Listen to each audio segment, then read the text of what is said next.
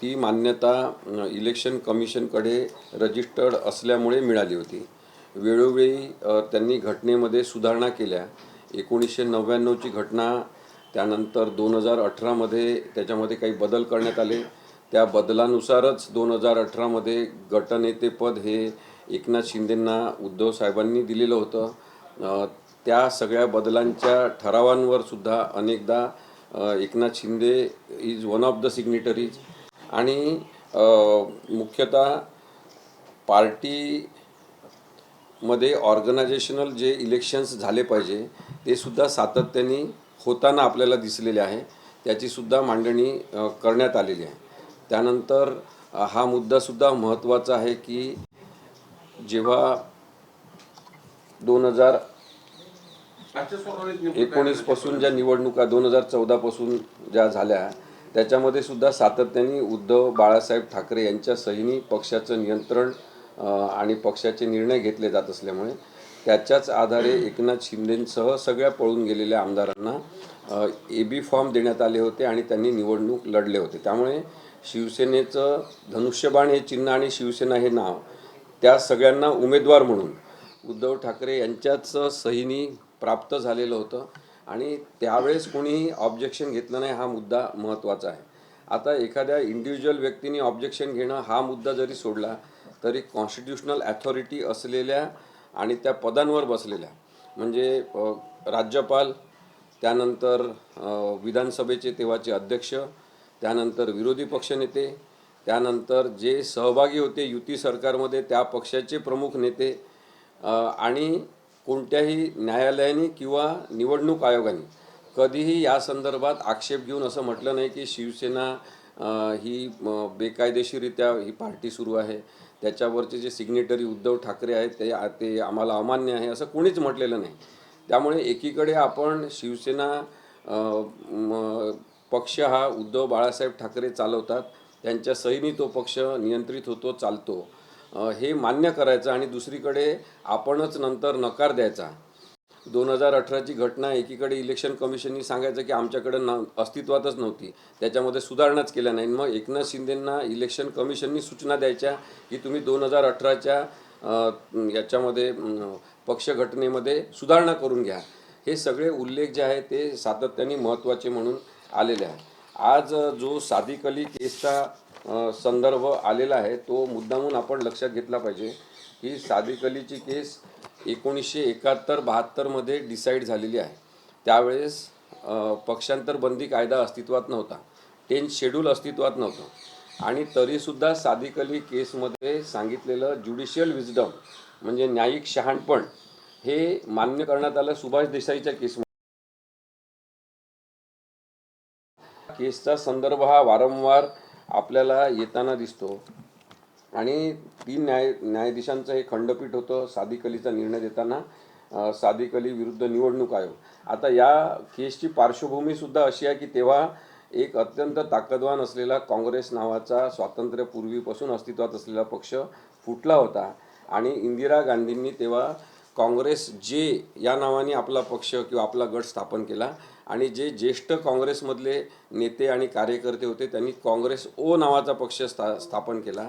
आता ते जे काय आपण म्हणू गाय वासरू नाही, बैल खांद्यावर जू असलेलं म्हणजे नांगर असलेलं जे चिन्ह होतं ते चिन्ह आम्हाला मिळालं पाहिजे असं दोन्ही गटांनी भांडण केलं होतं आणि ते चिन्ह इंदिरा गांधींच्या काँग्रेस जेला देण्यात आलं होतं त्यावेळेस तर ते देण्यात आलं होतं चिन्ह, त्याला आव्हान देण्यात आलं होतं। सादिक अली म्हणजे काँग्रेस ओचे तेव्हाचे प्रमुख त्यांनी ते आव्हान दिलं होतं। त्याच्यामध्ये न्यायालयाने हे नक्की केलं होतं की बहुमत चाचणी कशा पद्धतीने झाली पाहिजे आणि निवडणूक चिन्ह आदेश सिम्बॉल ऑर्डर जे आहे परिच्छेद 15 त्या अंतर्गत वाद सोडवण्याचा पूर्ण अधिकार निवडणूक आयोगाला आहे असं सांगितलेलं होतं आणि बहुमत चाचणीचे निकष हे दिले होते। ते महत्त्वाचे आहे की संख्याबळ कसं ठरवायचं आणि त्याच्यामधलं लोकशाही तत्व कसं ठरवायचं। त्यामुळे हा जो निकाल आहे तो सुभाष देसाईच्या केसमध्ये न्यायालयाने कन्फर्म केला।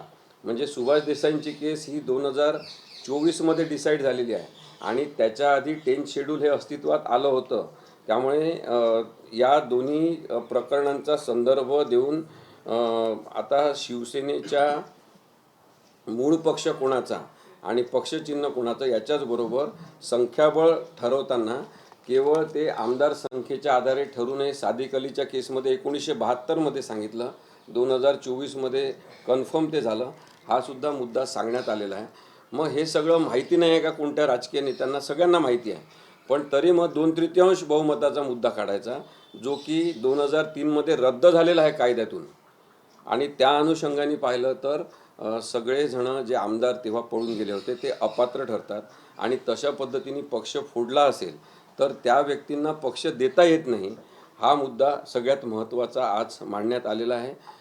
आता त्या अनुषंगाने पाहिलं तर जे नंतर आत्ता एवढ्यात 6 खासदार शिवसेनेचे फुटून गेलेले आहेत ते सुद्धा 2/3 बहुमताने गेलो म्हणून ते अपात्र ठरत नाही असं नाही, ते सुद्धा ऑन दी स्पॉट अपात्र असले काही खासदार आहेत. तर कायदा गुंडाळून ठेवणारी ही जी राजकीय व्यवस्था निर्माण होत आहे ती मुळातच संविधान विरोधी आहे. हा मुद्दा आज मांडण्याचा प्रयत्न कपिल सिब्बल सरांनी केला आणि पुन्हा एकदा तो अधोरेखित केलेला आहे. यासोबतच मगाशी मी जे सकाळी मुद्दे सांगितले होते ते सुद्धा मुद्दे प्रामुख्याने आलेले आहेत. क्रॉस वोटिंगपासून विधानसभेच्या नंतर पक्षप्रमुख उद्धव ठाकरेच आहेत हा, आणि मुख्य नेता असं कोणतंही पद शिवसेनेच्या घटनेमध्ये कोणत्याच नाही. 2018पर्यंतच्या त्याच्यानंतरच्या बदलांमध्ये कुठेही मुख्य नेता हे पद नाही. पण कोणी त्यांना लिहून दिलं असेल हे ठराव वगैरे आपल्याला माहीत नाही. एकनाथ शिंदे आणि त्यांच्यासोबत पळून गेलेल्या लोकांनी मुख्य नेता म्हणून एकनाथ शिंदेंची नियुक्ती झाली असं स्वतःच एकनाथ शिंदेंनी, म्हणजे आमदारांच्या एका गटाने हे जाहीर करायचं जे कायद्यातच बसत नाही. या सगळ्यांकडे बघताना याचे अर्थ काढताना मुख्यतः विधानसभेमध्ये जेव्हा अपात्रतेची सुनावणी झाली त्याच्यामध्ये चुकीचे अर्थ लावण्यात आलेले आहे आणि सर्वोच्च न्यायालयाच्या 5 न्यायाधीशांनी मान्य केलेलं आहे. त्यामुळे संपूर्ण प्रकरण कुठेही पुन्हा न पाठवता याचं पुन्हा कुठेही पुनर्निरीक्षण करण्याची गरज बिलकुल नाही. आणि 3 न्यायाधीशांचं न्यायपीठ संपूर्ण निर्णय या प्रकरणावर देऊ शकते. म्हणजे शिवसेना कोणाची, धनुष्यबाण हे पक्षचिन्ह कोणाचं, याच्यावर पूर्ण निर्णय न्यायालय देऊ शकते. त्याचसोबत पात्र अपात्र कोण याबद्दलचा निर्णय आणि पात्र अपात्रतेचे निकष ठरवण्यात आलेले आहेत ते पाळले की नाही याबद्दलचा संपूर्ण निर्णय देण्याचे सगळे हक्क या 3 न्यायाधीशांच्या न्यायालयाला आहेत. कपिल सिब्बल यांनी युक्तिवादाला एक सवाल केला की विधानसभा अध्यक्षांनी मर्यादा ओलांडलेली आहे, पक्षाच्या घटनेत लक्ष घालण्याचा अधिकार त्यांना कसा, असा सवाल उपस्थित केला. कसं बघताय? बघा, त्यावेळेस जी सुनावणी सुरू होती विधानसभा अध्यक्षांसमोर तेव्हा त्यांनी एक मुद्दा काढला की मला पक्ष घटना कोणती रजिस्टर आहे ते पाहायचं आहे. आणि मग त्यांनी विचारणा केली केंद्रीय निवडणूक आयोगाकडे की शिवसेनेची कोणती घटना तुमच्याकडे रजिस्टर आहे ती मला द्या. आणि मग खोडसाळपणा किंवा एक राजकीय गुन्हेगारी तिथून सुरू झाली आणि निवडणूक आयोगाने काहीतरी चुकीची माहिती यांना दिली. या आधारे कपिल सिब्बल सरांनी हे युक्तिवाद करताना सांगितलं की तुम्हाला घटना कोणती तिथे रजिस्टर आहे वगैरे याचा काहीच संबंध नाही आहे. पक्षविरोधी काम झालेलं आहे का हे पाहायचं आहे अपात्रतेमध्ये. आणि ते न पाहता त्याच्यामध्ये पळवाट शोधण्यासाठी मग पक्ष घटना हे ते सगळं जे विधानसभा अध्यक्षांनी पाहिलं तो त्यांच्या अधिकार क्षेत्राचा भाग आहे का, हा प्रश्न आज कपिल सिब्बल सरांनी न्यायिक महत्त्वाचा मुद्दा म्हणून उपस्थित केलेला आहे. सर, उद्या खरं तर कपिल सिब्बल यांचा युक्तिवाद संपत आहे. शिंदे गटाचे जे वकील आहेत नंतर विचार करणार एकंदरीत जो हाय केस आहे किंवा हा निकाल कधीपर्यंत लागणं अपेक्षित आहे? मी आधीसुद्धा सांगितलेलं आहे की जे दिशाभूल करतात, जे सातत्याने खोटेपणाचाच खेळ मांडतात, असत्य कथन करतात, त्यांना असत्य हे सत्य आहे सांगताना प्रचंड मोठा कालावधी लागतो, खूप परिश्रम करावे लागतात. कारण की सगळे कागदपत्र जे आहेत ते एकनाथ शिंदे यांच्या विरुद्ध आहेत. सगळे कागदपत्र हे दाखवतात की शिवसेना हा पक्ष उद्धव ठाकरेंचा आहे, धनुष्यबाण हे उद्धव ठाकरेंचा आहे. त्यामुळे खोटारडेपणा सत्य म्हणून प्रस्थापित करायला जास्त वेळ लागू शकतो, हे नेहमीचं वास्तव आहे. जगामध्ये सगळीकडेच तसं होते. त्यामुळे त्यांना खूप जास्त वेळ लागेल. पण किती वेळ लावला तरी सत्य जे आहे ते आता झाकल्या जाऊ शकत नाही आणि सत्यच आता उजागर होऊन सुप्रीम कोर्टामध्ये प्रकट होणार आहे असं मला वाटतं. केस लांबवली जाईल यासाठी लांबून झाली तर आणखीन किती लांब होणार?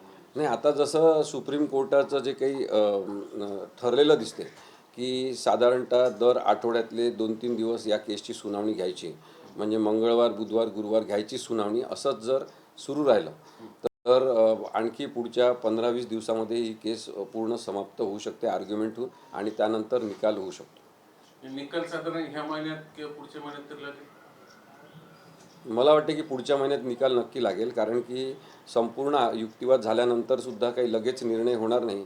ते निर्णयासाठी काही काळासाठी राखून ठेवतील आणि 3 न्यायाधीश आहेत, ते आपापला निर्णय त्याच्यावर ते तिघांचं खंडपीठ आहे, ते आपलं सगळ्यांचं म्हणणं तपासतील, कोणाचं डिसेंटिंग मत असेल ते क्रॉस चेक करतील आणि त्या चर्चेअंती त्यांचा निर्णय नक्की होईल. त्यामुळे पुढच्या महिन्यात निकाल लागेल असं म्हणता येईल. त्याला काही डेडलाईन अशी सुप्रीम कोर्टाने घालून दिली की बाबा आता बाजूला सुप्रीम कोर्टाने स्वतःच डेडलाईन घालून दिलेली आहे की ज्या प्रकरणांचा युक्तिवाद पूर्ण होतो त्याच्यावर साधारणतः सुनावणीनंतर 3 महिन्याच्या कमी कालावधीमध्ये निकाल झाला पाहिजे. त्यामुळे 3 महिन्यांच्या जास्त कालावधी लागू नये असं त्यांनीच सांगितलेलं आहे. आता 3 महिने झालेत का? सुनावणी झाल्यानंतर, संपूर्ण सुनावणी झाल्यानंतर निकाल राखून ठेवू नये 3 महिने, असा त्यांचाच निर्णय आहे. असं होऊ शकतं ना 3 महिने पुन्हा राखून ठेवलं तर पुन्हा लांबणार? आता तो 3 महिन्याचा जो आहे तो कमीत कमी 3 महिने जास्तीत जास्त 3 महिने कालावधी असं म्हटलेलं आहे. त्यामुळे 3 महिने मुद्दाम लावायचे असं नाही. जसं आता माहिती अधिकारामध्ये कोणी माहिती मागतात तर त्याच्यामध्ये आहे की 1 महिन्याच्या कालावधीत माहिती द्यायची. मग जे चालाक लोक असतात प्रशासनामधले ते काय करतात, मुद्दाम 30व्या दिवशी देतात. तर तसं करणं हे चुकीचं ठरेल. महाराष्ट्रातल्या लोकांना आता प्रचंड अपेक्षा आहेत या निर्णयामधून, आणि त्यांच्या सगळ्यांच्याच मनात नाही तर तुम्ही पाहिलं की जे कॉक्रोच जनता पार्टीचं आंदोलन झालं त्याच्यामध्ये सुद्धा लोकांना आता एक राग निर्माण झालेला आहे की इतक्या उशिरा न्याय लागणं हा अन्याय आहे, हे लोकांनी आता वारंवार सांगून झालेलं आहे. त्यामुळे आता सर्वोच्च न्यायालय काही याच्यामध्ये उशीर करेल असं मला वाटत नाही. कारण न्यायमूर्ती चंद्रचूड यांनी असंच केलं, पुन्हा खाली पाठवून दिलं, पुन्हा आता हे वेळ काढूपणा होऊ शकतो ना भविष्यात त्याच्यात? आता याच्यामध्ये 2 मुद्दे आहेत. एक आहे शिवसेना नाव आणि धनुष्यबाणे पक्षचिन्ह, ते निवडणूक आयोगाच्या निर्णयानंतर अपीलमध्ये आलेलं आहे. त्यामुळे त्याच्यावर तर हे 3 न्यायाधीश पूर्ण निर्णय घेऊ शकतात. 3 न्यायाधीशांचं खंडपीठ किंवा न्यायपीठ आपण म्हणू, ते पूर्ण निर्णय घेऊ शकतात. दुसरा विषय आहे पात्रता अपात्रता, आणि अशा पद्धतीने राजकीय पक्ष फोडला जाऊ शकतो का आणि त्याच्यावर स्वतःची मालकी किंवा ताबा मारला जाऊ शकतो का, हा निर्णय जो आहे याच्या संदर्भात असं सुद्धा निर्णय घेतला जाऊ शकतो की 7 न्यायाधीशांच्या व्यापक खंडपीठाने, मोठ्या खंडपीठाने यावर निर्णय घ्यावा. कारण की 5 न्यायाधीशांच्या न्यायपीठाने जस्टिस चंद्रचूड आणि त्यांच्यासोबतच्या 4 जणांनी हा ऑलरेडी निकाल उद्धव बाळासाहेब ठाकरे यांच्याच बाजूनी देऊन ठेवलेला आहे. केवळ अंमलबजावणीसाठी राहुल नार्वेकरांकडे पाठवला होता, पण त्यांनी त्याच्यामध्ये पूर्ण न्यायिक खोडसाळपणा केला असं माझं मत आहे. आता साधारण उद्या परत सुनावणी उद्या आहे की? शिंदेचे वकील कधी वादू म्हणतो, म्हणजे उद्यापासून मांडणार आहे ते आता अजून पण कपिल सिब्बल सरांना 1 तासभराचा कालावधी लागेल युक्तिवाद संपूर्ण त्यांचा करण्यासाठी, आणि त्याच्यानंतर लगेच जर कोर्टाला सुरू करायचं असेल तर ते कामकाज सुरू होऊ शकते.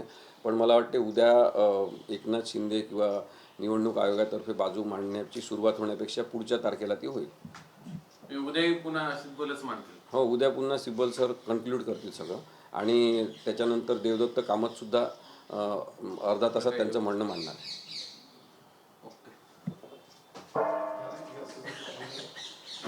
बाहेर यायचं. अरे